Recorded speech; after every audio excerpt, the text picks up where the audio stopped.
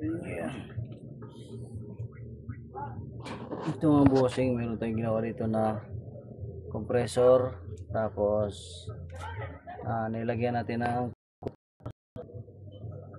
so ayan, may wiring tayo dito.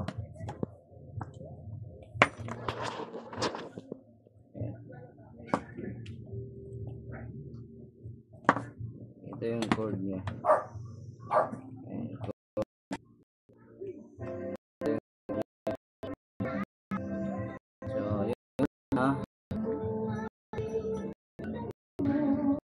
Yan.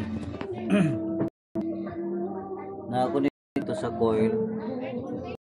Tapos ito sa kabilang coil din yan. Tapos yung common niya, ayan o. Dito rin sa isa. Tapos yung kumuha ko ng isang wire dito, naka-jumper dito. Sa ilalim yan pumunta yan o. Ayan, naka-jumperan dito, supply.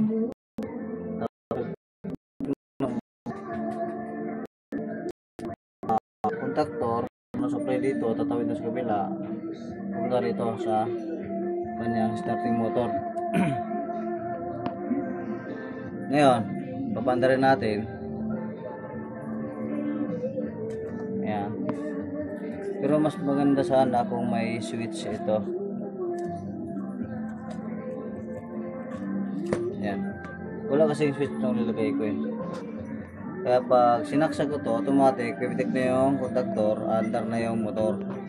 So, mas maganda kung meron sa switch para pag nagkasaksak to, naka-plug, hindi mo siya andar, kumbaga gagamitin mo na.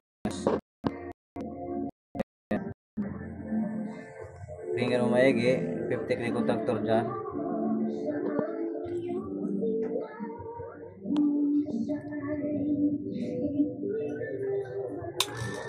Yun.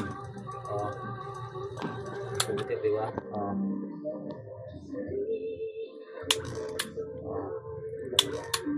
Pipitik yung contactor. Yan.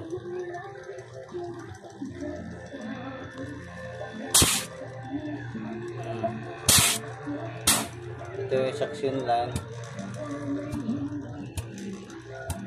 Yan.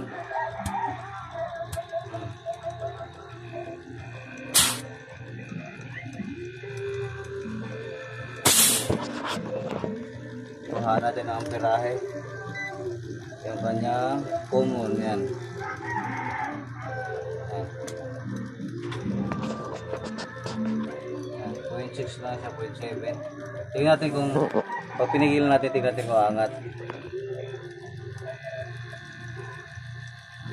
Yan.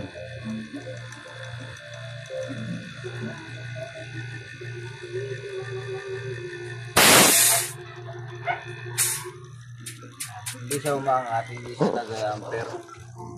Ibig sabihin, okay pa yun. Ano natin? So, pressure. So, hindi siya nag-ampere.